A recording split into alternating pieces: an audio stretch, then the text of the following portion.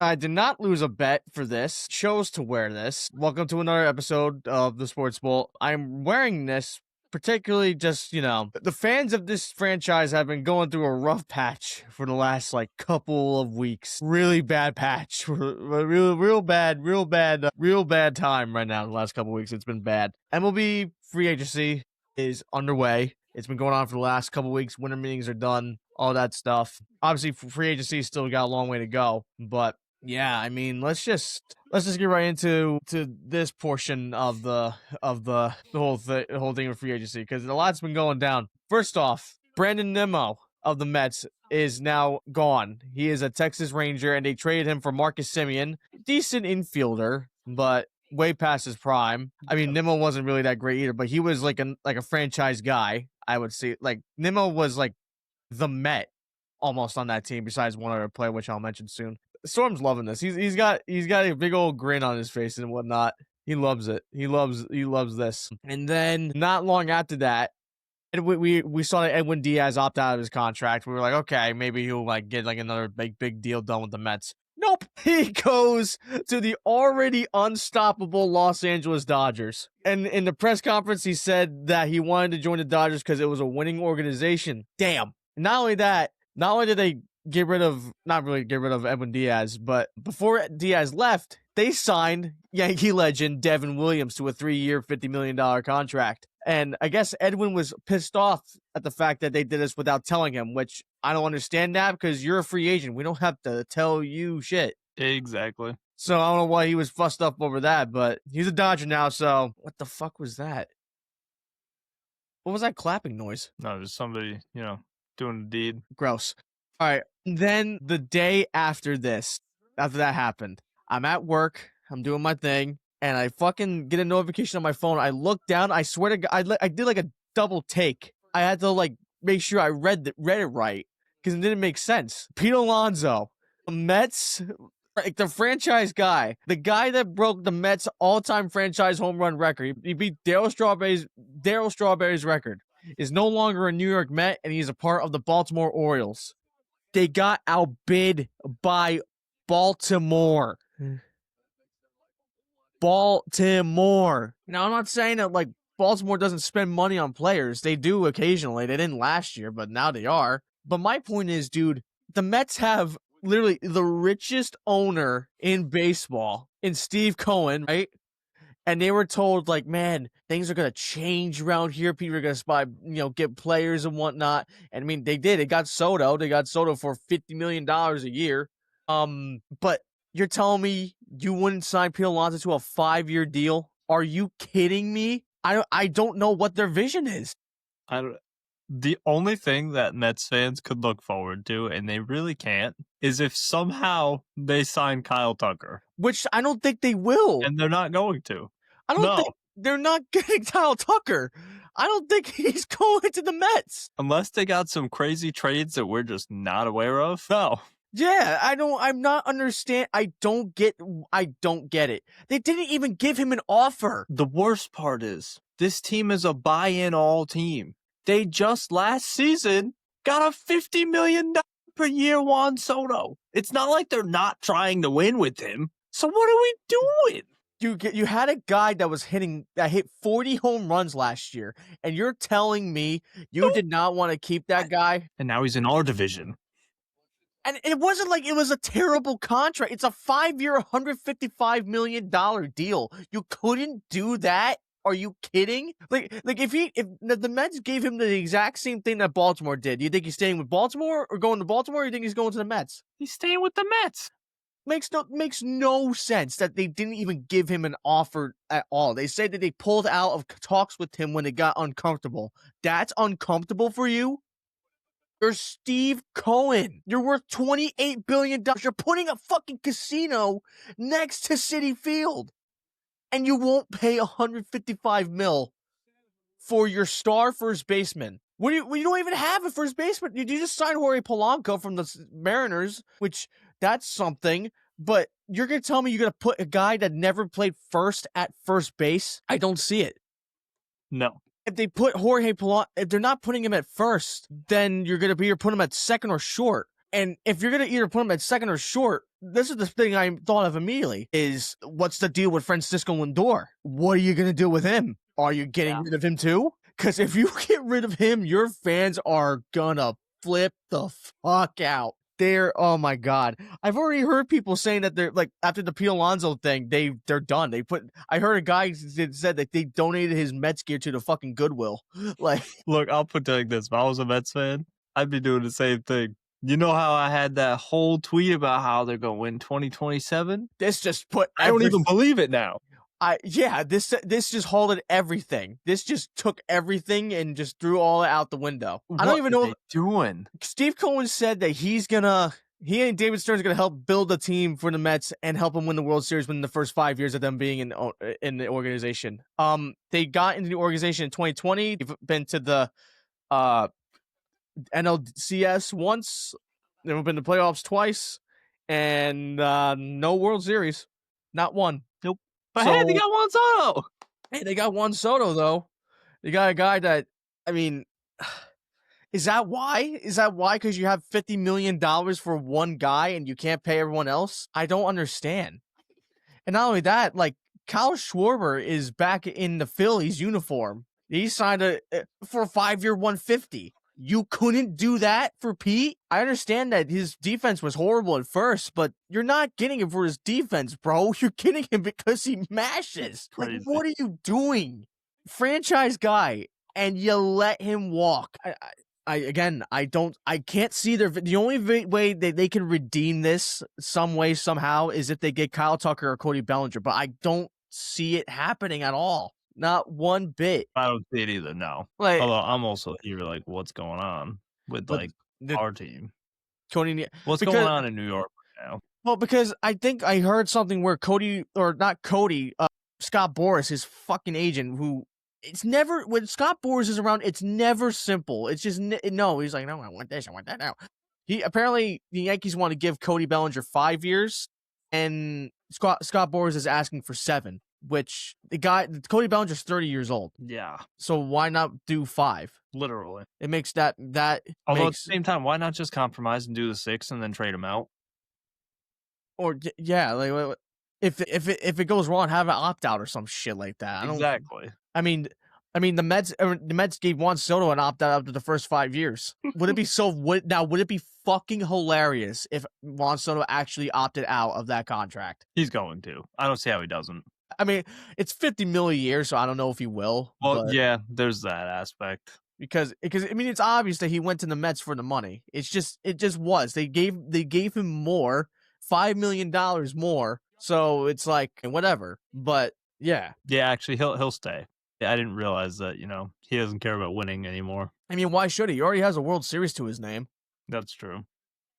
But I mean, he left a winning organization to go to the Mets. So, I mean, oh, man. Yeah, I'm praying for you. I want to hear his thoughts about all this. Dude, apparently there's like mutiny within the Mets like teammates right now. There's definitely with Lindor and Jeff McNeil. And then I heard something about Soto having like a little mutiny in there too. I mean, man, you know what? Honestly, if that was the case, I'm not surprised that Pete Alonso and Edwin left. If that was the case, like that, fuck that. Like, god damn. I'm praying for you Mets fans out there because it's not looking good. You're going to put Jorge Polanco at first, bro. Oh my God. That would be that's it right there. Because who are you going to have at first, bro? Like who? Wait, what? They need to put Juan Soto there. Make him earn that 50. Maybe $50 million for a first baseman, bro. That's nuts. Because like at least when we lost Soto last year, we had at least a plan. At least we got Max Fried, we got Cody Bellinger, we got I think there was more than that too. I'm forgetting who. Yep, Paul Goldschmidt. Yep. Why do I feel like there's another one that I'm missing? And then obviously at the trade deadline, we got a whole bunch of relievers and stuff like that. With the Mets, what they're doing right now, I have no idea what they're doing. That is like the equivalent if San Francisco got Aaron Judge. Yeah, that would be like the exact same. I just don't know what that. I don't know. I've already messaged a bunch of I messaged Kyan, I messaged Robert, I messaged Noah, I messaged my boy Lucas. I'm like, dude, like, what are they doing? And they're like, bro, I don't know. You lost 3 of your star players in the span of 2 weeks. Yeah, like I don't know, man. It's dumb. It's stupid. Steve Cohen and David Stearns are out of their fucking mind. 100%. They really are. So then, obviously, I mentioned that Kyle Schwarber was signed back with the Phillies. There was actually a good amount of teams that were interested in him. Some of the ones I didn't expect, the Pirates were interested in him. They offered a That was so confusing. $100 million contract. He obviously wasn't going to sign there. No fucking way. But I appreciate the Pirates were trying at least. And then the Reds tried to go for him too for 5 years, $125 million. But then after he went back to the Phillies, the Reds said, we're not gonna go after expensive free agents now because they thought that bringing Kyle Schwarber in was gonna drive up ticket sales. Yeah, Isn't that the point? but also that doesn't that show that like that's the real problem, not the owners spending a ton of money. It's the ones that are not. Yeah. Because you had a team that just made the playoffs last year and you're not going to improve on that. Are you fucking kidding me? Cheap ass owners are the reason like a lockout's going to happen. I'm fully convinced now it's going to happen. At the point, I'm just like, fuck it. Put a salary cap, man. If that's what's going to take for you guys to fucking, get this shit done, put a salary cap. As long as there's a salary floor, though. As long as there's a salary floor, because I'm tired of this whole shit of teams not competing or whatever. I'm so fucking stupid. It really is. Like The part that makes me even more angry is just in general the fact that you got guys like Ellie De La Cruz, Paul Skeens. These guys are going to be legends, and they're just forced to waste their careers away because you don't want to spend money on players. Yeah, it's like, bruh. Oh yeah, our team is good away. No, it's not. Paul Skeens last year, Cy Young. Yeah. And his team maybe had 20 wins. Like, what are we doing? Yeah, and you had them to win the fucking division. You gotta remember, it's the Pirates. Their owner the Reds owner and the Pirates owner are like the worst owners in baseball, and the Rockies owner too. Those are like the worst. I don't like thinking of sports like that. That's so stupid that we have to think about them. Yeah, it's like you're telling me you have like a one of a kind talent on your team, and you're not gonna build a team around him because you want more money in your pocket. Literally. You're worth billions of dollars, for fuck's sake. Yeah, that's what pisses me off more than the Dodgers spending money, because they're actually going out and putting, making winning teams. And it shows you if you win, you're making profit. They spent $700 million to get Ohtani, and they made that back within 2 years because they keep winning. Yep. It's like, if you want to put asses in seats, you got to get good players and, all that shit. That's how that business works. That's just how it is. But what do I know? I'm not an owner. I'm not just the fan who likes baseball and whatnot. What do I know? Speaking of owners, fucking Hal Steinbrenner. Okay, so he finally makes a goddamn he makes a appearance after the whole getting rid of the whole facial hair thing. So he was kind of complaining at the fact that this payroll is probably not going to be under 300 mil. And I'm sitting there, I'm listening to him complaining. I'm like, weren't you about to spend $760 million for one guy, and now you're complaining about not having a payroll under 300 million? What is this whole contradiction sort of bullshit going on here? It makes no sense. It makes no sense at all. And also another thing with contradiction, Sonny Gray got traded to the Red Sox, right? This guy then starts going shit talking the Yankees, saying, "Oh, I never wanted to be there anyway." I never wanted to be traded there. Yet you look at interviews back then when he got traded, he said that he was excited to be part of the Yankees, whatever. Now, obviously, I'm not going to be like, maybe they're just saying it just to, because you're not going to say, I don't want to be here for like, whole press conference or whatever. I get that. But don't say that and then a few years later be like, oh, I never wanted to be there anyway. Because there's video of you saying that that you wanted to be there. We don't know you're lying or not. So what, like, just because you were shit with them doesn't mean you have to go out of your way and shit talk them. I understand that you're a part of the Red Sox now, but like, crazy. Do you know that guy? You know he's going to get paid more this year than Aaron Judge? That's insane. He's getting $20 million from the Red Sox and $20 million from the Cardinals. That was a whole like sort of thing with the trade or whatnot. That is actually insane. Yeah. I don't know. Just for Judge to mash him on him as soon as he gets up to plate too. Probably, yeah. And Dylan Cease too. Yeah. Which I can't believe the Blue Jays paid that much for him. They paid No. him 7 years, $210 million. That's 30 million a year for a guy that has a 4.5 ERA every year. Like that is so much. I saw that. I'm like you just overpaid the shit out of that. Yeah. If you want him, go for it, whatever. And the Rays got Cedric Mullins. Did you see that? I did not see that. Yeah. That's interesting. Yeah, for just like a 1 year deal. Like I assume it's like a little bounce back sort of thing, I Could guess. be, yeah. Yeah. And yeah, the AL East is getting players and the Yankees haven't done jack. Yep. They got rid of some guys. Like Mark Leiter Jr. is gone. Did you see that? Yeah, I saw that. He's an Athletic now. Yep. Which he didn't really do much for us, so see you later. I don't did we mention the Trent Grisham thing the last podcast, or was that before?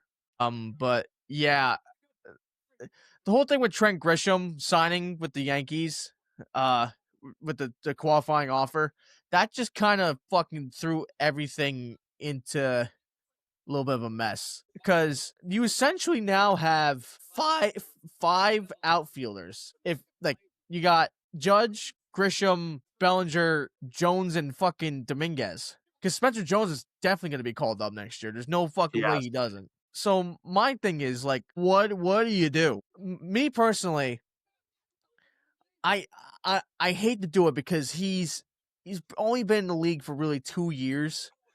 I think you trade away not Grisham, fucking Jason? yes.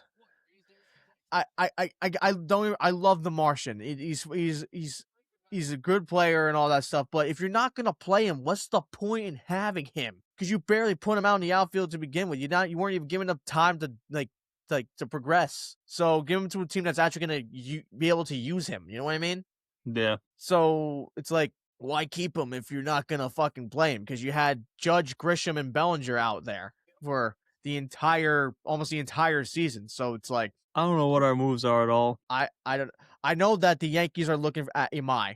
They're like really heavily linked with them. Also, Michael King too. He's they're like they're expecting that Michael King's gonna make a decision like quick, like soon. So it's either gonna be the Yankees, the Red Sox, or the Orioles that he's gonna sign with.